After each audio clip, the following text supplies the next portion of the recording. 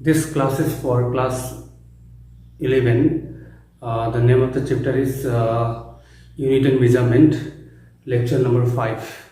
So I am going to start a topic that is called significant figure. Significant figure, part of error. This part is part of error. Suppose now we have to measure length of a rod. So the measured length is found L is equal to 24.2 centimeter. So you know this value, this 24 centimeter is the accurate value. Okay, so after decimal the value is doubtful digit. उसमें generally error होता है 24.3, 24.4 भी हो सकता है 24.2. तो ये जो value है decimal का आगे जो value होता है वो थोड़ा सा exact accurate नहीं होता है, doubtful होता है. ठीक है.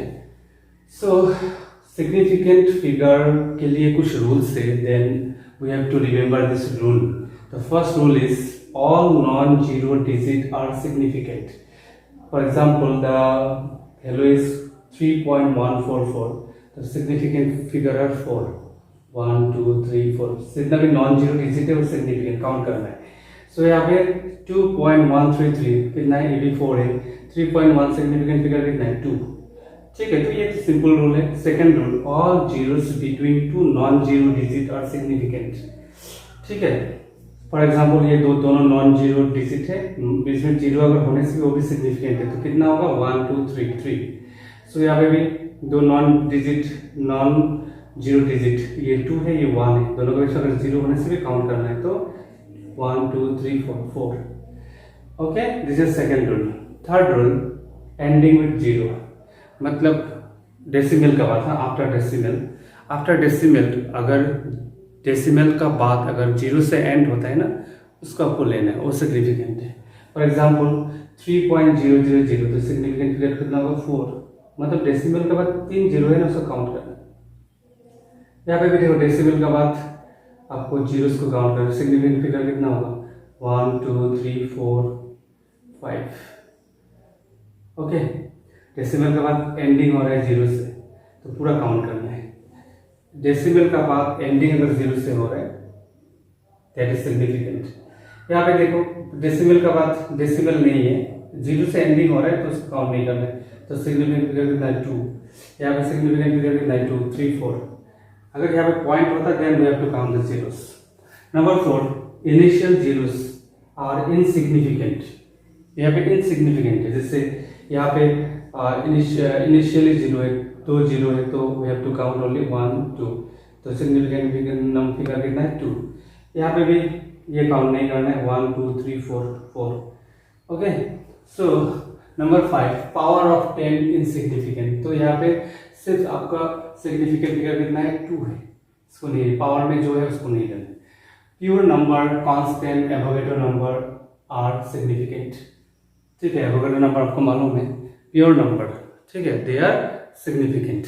सो अभी जैसे क्वेश्चन सोल्व कराऊंगा ना, then you will get the idea कि सिग्निफिकेंट फिगर कैसे निकालते हैं. तो यहाँ पे आपको सिंपल क्वेश्चन आएगा कि क्वेश्चन देके पूछेगा कि find the significant figure, significant number. Okay, so let us solve some question. Find number of significant figure. So you already know the rule.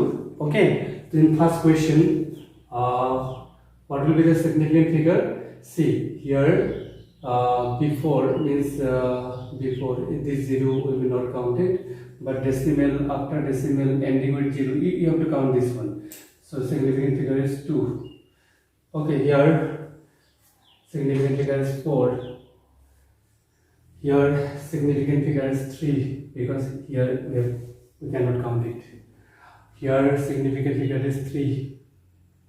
Okay, here significant figure are 4. All rule are given. Here significant figure is 4.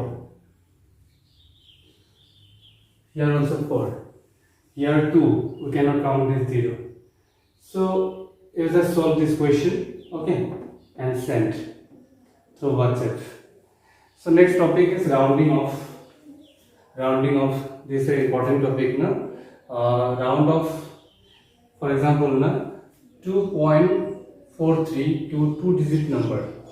Okay, then ये जो दो digit में convert करना है तो 3 we can neglect, 2.4 होगा।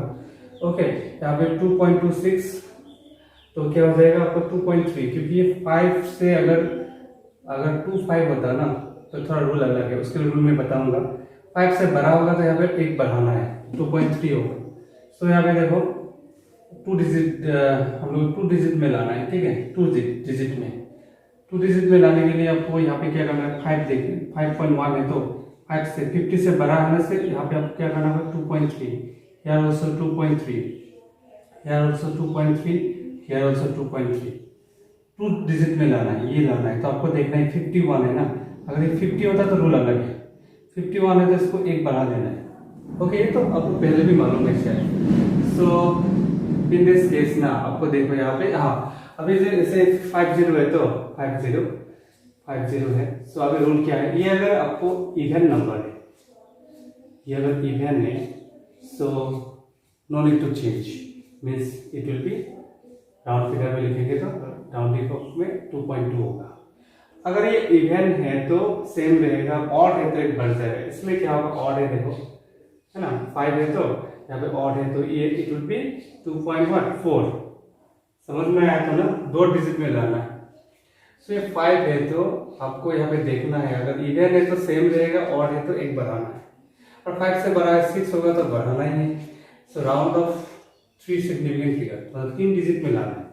सो यहाँ पे क्या होगा आपका, यहाँ पे क्या है इवन है, सो राउंड ऑफ करने से 2.34 ही रहेगा, no change here, no change because 3 है, 7.12 होगा। सो हियर 52 है तो बढ़ेगा तो 3.14।